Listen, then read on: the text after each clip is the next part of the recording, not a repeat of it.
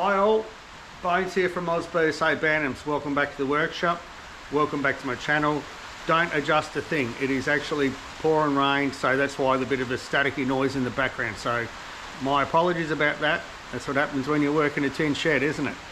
So in this episode, I'm just going to go through some of the things I've been up to. Servicing, I'll put my Himalayan up. The Z250 will come down off the bench like I think I said in the last video. I'll put that to one side for probably a few months now.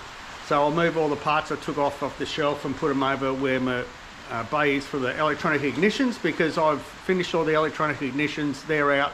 Two going to New Zealand today actually. I only finished them yesterday. So yeah, there's always a pretty big take up on them. Mudguard stays I've got on the go, and I'll show you that as well. But first of all, we'll get the workshop organised, get the Himalayan up, and we'll start having a bit of a play. So as you can see, we've got the Himalayan up on the bike stand. Servicing schedule. So this bike's done pretty close to 15,000 Ks, and I'm taking it out on a run next week. We're going to do roughly 1,000 Ks, so it's pretty close to the 15,000 K service. So I'm just going to get it out of the way. Oil change, go through this, and there's a couple of other things that I'll want to check that are a little bit, well, notorious with Himalayans, and that's the bottom head stem race can get water in there and rust up. Now I had a mate who lives in Devon in the UK. His was really bad, so he warned me out about it, and I hadn't really heard about it. So we're going to go in, I'm just going to drop the triple clamps down and just have a look and make sure everything's all right in there while I'm at doing this servicing. But all the usual stuff as per the checklist, we'll start getting through it.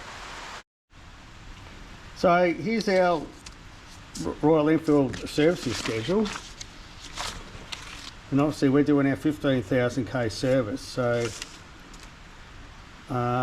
it's got 10,000 kilometre oil change intervals, and I do them at 5. I just do. I don't like pushing it. I'd much rather have good clean oil in there all the time. I think it gives me longevity. So and the other thing too is that oil can stay in there for sometimes over 2 years, so that's not flash either. So anyway, I'm changing the oil. So there's no requirement for me to change the filter at this stage, but there is a little engine strainer on these bikes, so we'll get that off and I'll actually drain the oil out through there. Okay, so this is just an oil drain thing. There's a little plate here, 2 screws. It's got a drain plug there that you can use, but I mean, you've got to take this cover off to get to the screen anyway. So, oh, that's gone flying out. So anyway, I'll get this cover off. We'll get it drained, and we'll bring it back. So we're just about to get the last of this cover off. The oil's already draining out. I'm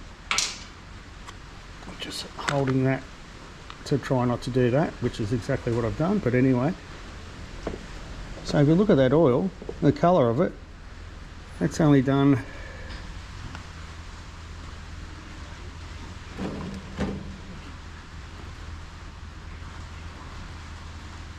made a bit of a mess there. That's only done about 3,500 to 4,000 Ks. That's why I like changing the oil out at more regular intervals. I'll just wait for all this to drain out, and while we're doing that, I'll just try and get in there around the camera, pull this screen, and I betcha, and I just remembered, I need a pair of long nose pliers. So I'll have to wait here for a little while this drains, and then bring it back. Alright, while the last little bits of that are draining, I'll pull the screen, and we have no bubbles. They're bubbles, so there's nothing on our screen, which is really good. Well, of course it's good, it means nothing's been damaged. So yeah, I'll just tuck that back in. You can see that they're tapered, they go in like a wedge. And the other thing I like about these Himalayans, things like all these covers don't have gaskets, they have O-rings. So they're like easily reusable. So yeah, I'll give that a clean up and get ready to put that back in a little while, but we'll just keep letting this drain. So next job on the go is valve clearances. So seat off, tank off, get access to your tappet adjustment caps and see how our valve clearances are going.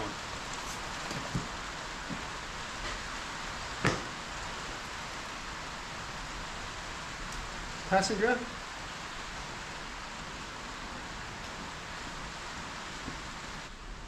So I'm just taking the tank off. Ooh, of course I've got a full tank of bloody fuel in it. Relatively easy to access. As I said, would have helped if I probably had half a tank of fuel in there, but never mind. Yeah, just a few vent breather lines, indication cannon plug for your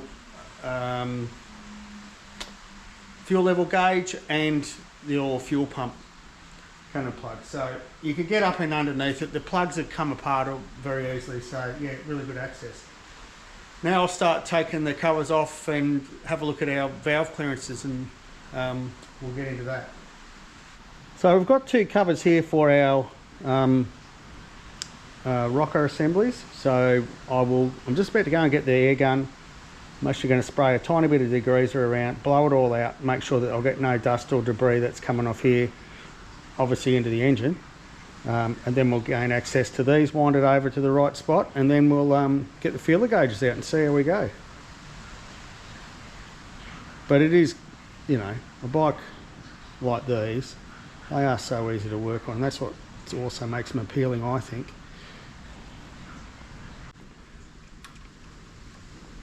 So you can see things might look a little bit wet. I just sprayed a bit of degreaser around. Just get these clean.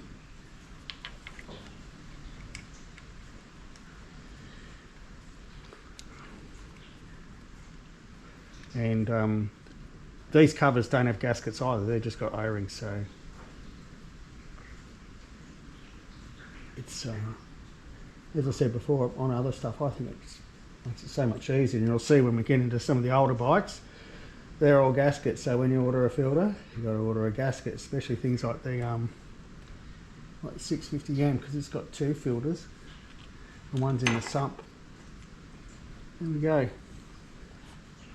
One off, we'll get the other one off. Okay, next job, I've got to take the this timing cover off here, a couple of Allen keys, and then there's an inspection port there to be able to look in onto the flywheel to get top dead center. So I'll get these off and then get a socket in on the crank, wind it around to top dead center, and we'll have a look. It's going to be a little bit hard. I'm going to be blocking your view, I dare say, but it's looking like this inlet valve clearance is too tight. I'll just get it in there.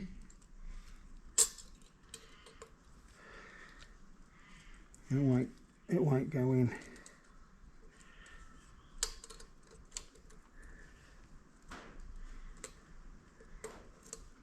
It's too tight. Alright, so we'll get a spanner and we'll loosen it off and we'll adjust it up. Alright, I've just adjusted up the inlet. I'm just checking my exhaust and that's tight as well. So we'll just adjust that one up too. And this is why you do it. Engine's running in obviously, valves are seating a bit, so we'll give them an adjustment. So valve clearances are now done. I will just put these covers back on, drop the spark plug back in, drop my what do you call it? Well, timing cover, points cover for want of a better word, even though it doesn't have points. And we'll get this all done. That's not right. We'll get this all back together and we'll move on to the next thing. So we're progressing well. we've done our inlet and exhaust tappets. Next thing is rubber hose inlet manifolds. I've had a look at that, but the oil cooler, that it just requires an inspection just to look at it. But I have spotted something that was a little bit disconcerting. If you look right down in here, you can see how it's discoloured. Well, that pipe's actually hitting on the frame. That's an oil line, which is no good. Now the other thing I've spotted is this stone guard is actually pressed up hard against the actual oil cooler itself. So that'll have to be, you can't have it chafing up against that. So I'll have to take that off. What I'm going to try and do is see if I've got any lateral movement that way to be able to pull that out. Otherwise I'm going to have to take it off, and now's the opportune time whilst I've got all the oil drained out, and maybe lay something a bit of round stop and just give it a tap, so once it does bolt back up, it does have a have clearance there, because it's definitely chafing against it. That's the last thing I want to have happen, pumping my oil out 2,000 k's from home. So we'll get into these ones.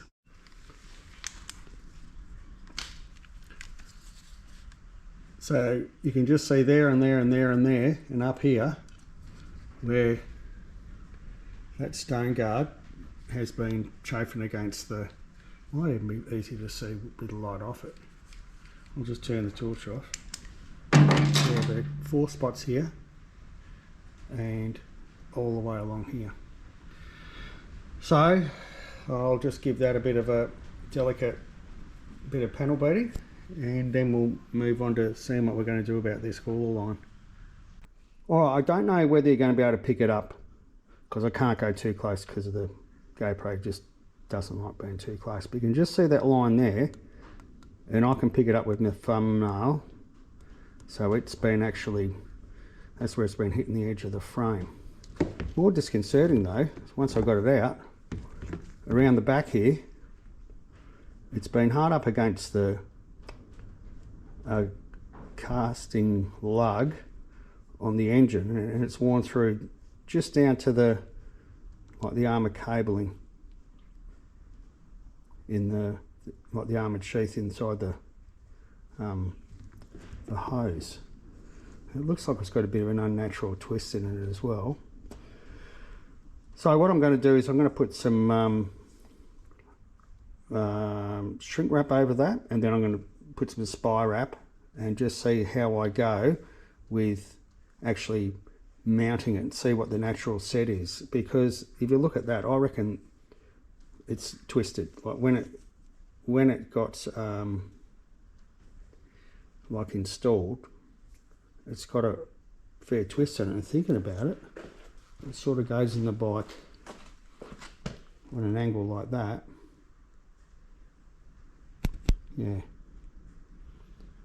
Yeah, I think,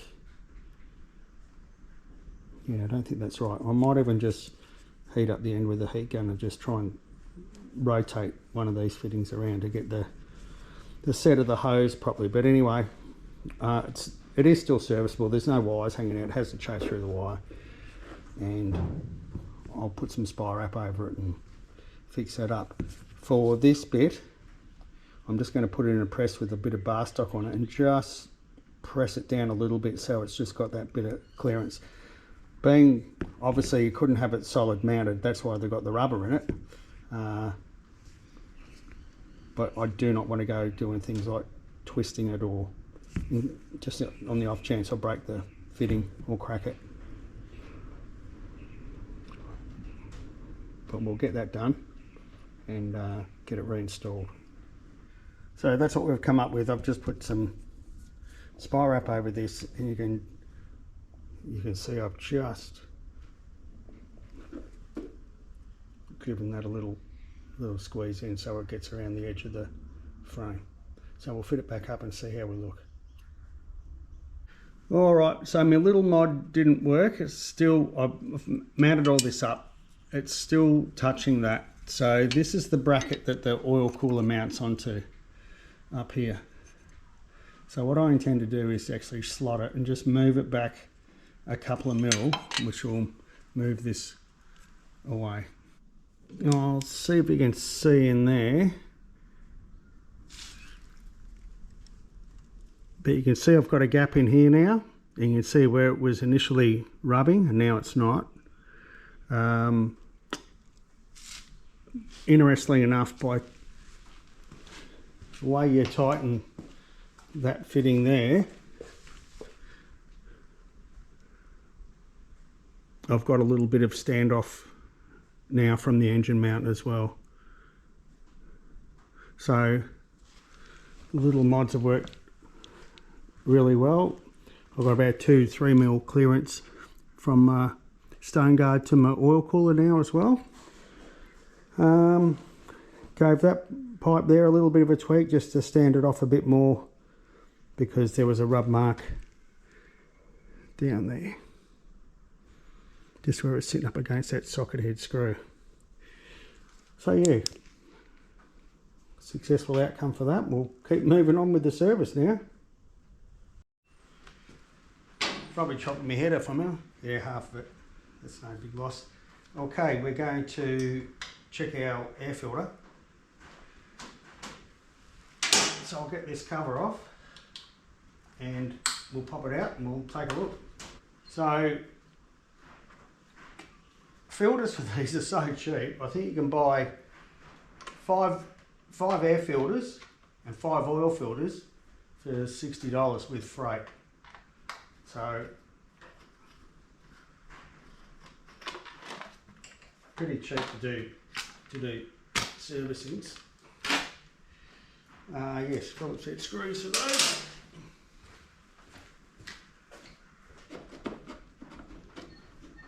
Get the filter off the cover. Oh, there's nothing wrong with that. God. Oh. Having said that, it's a little tiny bit grubby. For the cost of them, I'll just change it out. Too easy. So next part of our servicing is just to check the security and of all your cable runs and evaporative pipes and all that sort of stuff. We're checking for chafing or things like that. It's got a tiny rub mark on it there. I'm not too worried. But what is disconcerting is this. This is your brake line. And around there, that's been pinched and rubbing up against these two corresponding points on the fuel tank. I haven't really noticed those before, to be honest. So it looks like some form of bracket modification to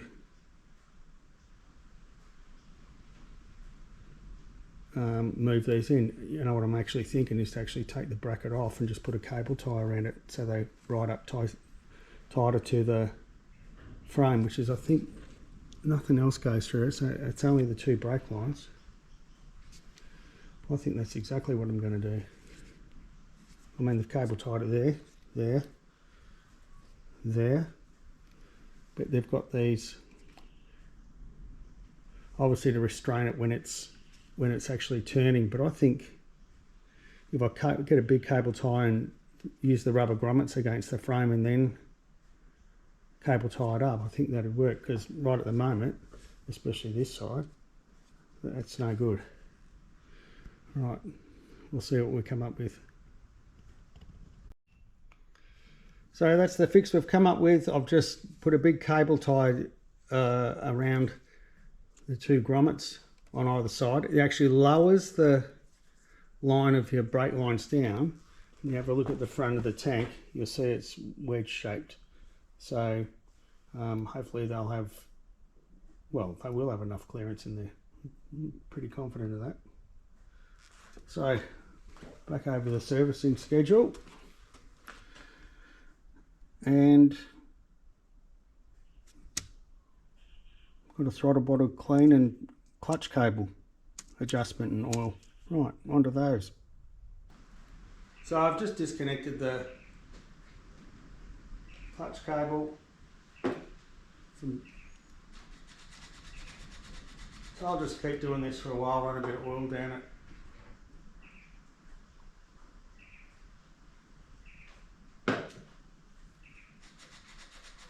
Alright, just about to start bleeding my brake, so I use a vacuum bleeder. That means I can do it on my own successfully. So I'll just crack it. A bit tighter than anticipated. Right, I'm going to. The problem is the bleed nipple's right up close to the brake line. I generally don't like using open end spanners on bleed nipples because they're usually stuck in, but let's see how we go.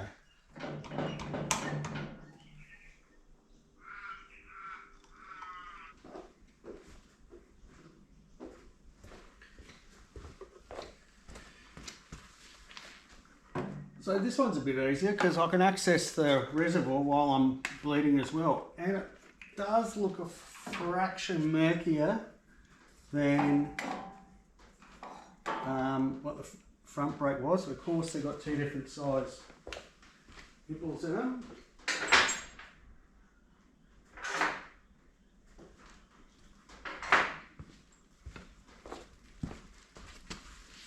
Rightio. It's an 8.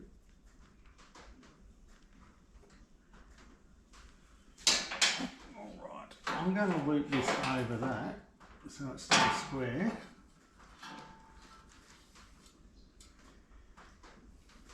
Start pumping up on the vacuum bleeder and we'll crack it. Same deal. That wasn't very good, Bones. Right, I put the ring spanner on. It's not long enough for the tube, is it? Or maybe. I might crack it with the ring spanner, change to the flats, put that back on, and I'll just watch my reservoir going down over here.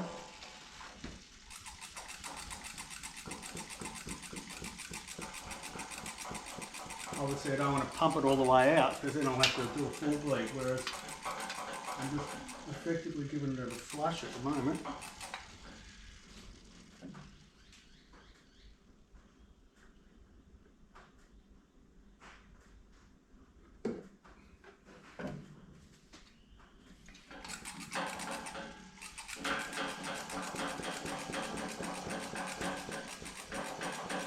Yeah, that's murkier. This is where we're changing it out. So next job, got to check the bottom headstem bearing. So it'll be handlebars disconnected, top triple clamp off, lower it down and have a look. And if we detect any corrosion or that's it, front end off. So we'll go and have a look. So I've lowered the headstem down a bit and I do have pitting on the bearings and it looks like a bit of emulsified grease in there, so I've had water in there as well. There's not a lot of grease, so that's it. Front end comes off. So little servicing turns into a big job now. Rightio, so no point talking about it, I'll just get stuck into it.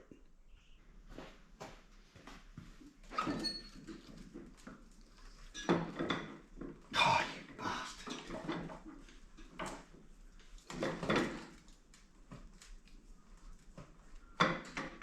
Just trying to get that last bloody inch out. Rightio.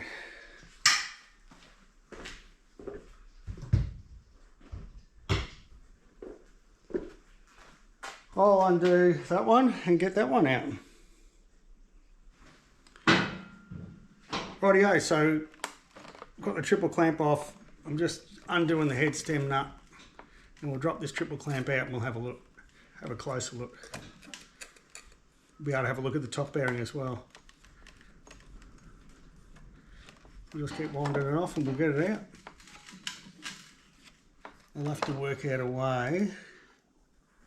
I don't want to go disconnecting everything off the handlebars, so make it a little bit easier, but I will have a look at something just to sit across here to get access to the bearings and things like that.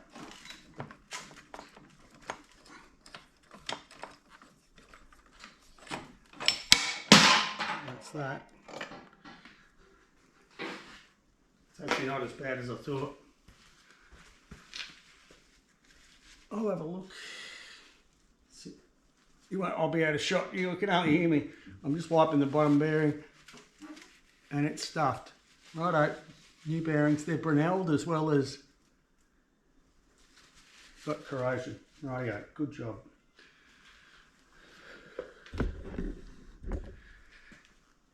So I'm very happy I dropped it out now. Yeah, the races aren't flash. I'll get that off and have a look at the top one. Okay, we're going to go in and knock this bottom race out.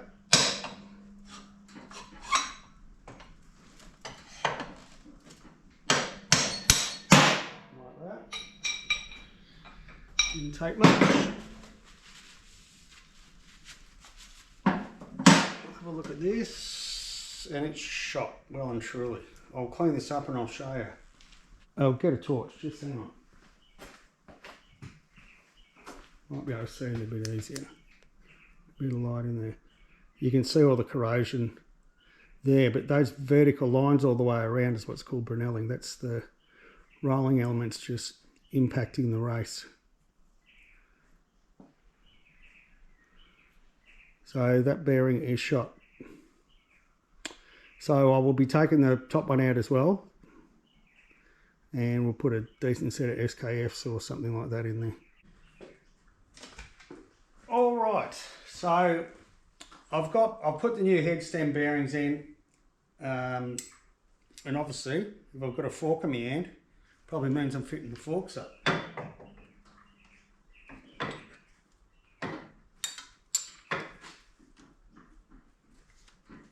If I take the Allen key out of my hand and probably take the grease off my hand from packing the bearings, I might be able to get this in. Hang out all right. Here we go. It's up there.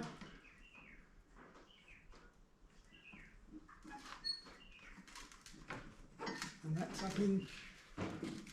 Right. We'll do this up. Time to get the other one on after this. So, mudguard's back on. I've just got to tighten them up and then we can get in and putting the front wheel back on. I've just got the handlebars just nipped up because I'll obviously get on the bike and make sure the position of them is right before I do the final torque down of the clamps for them. But we'll get all these nipped up. So front end is all now back on. Just went through, double checked all my fasteners. And everything's done up. We'll get it off the stand now. Seat and tank back on, and then we'll go for a start. I topped up the oil as well. I didn't top it up, I filled it up because it was empty. So we'll see how everything goes. Right, we're ready for a start.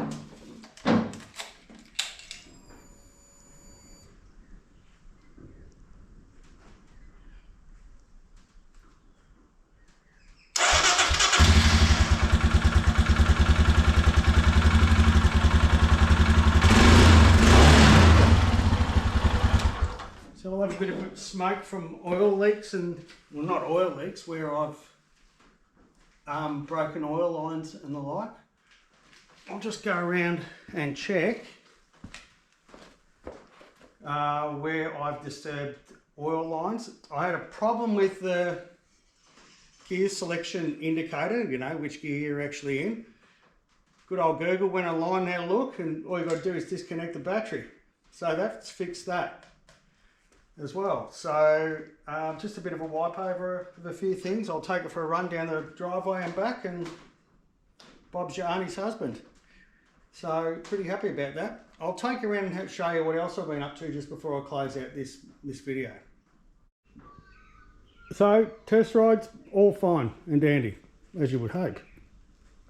So just taking it for a run down the driveway. I'll take it out tomorrow for a bit of a run. But a great bike. I love this bike. Just great fun bike to ride.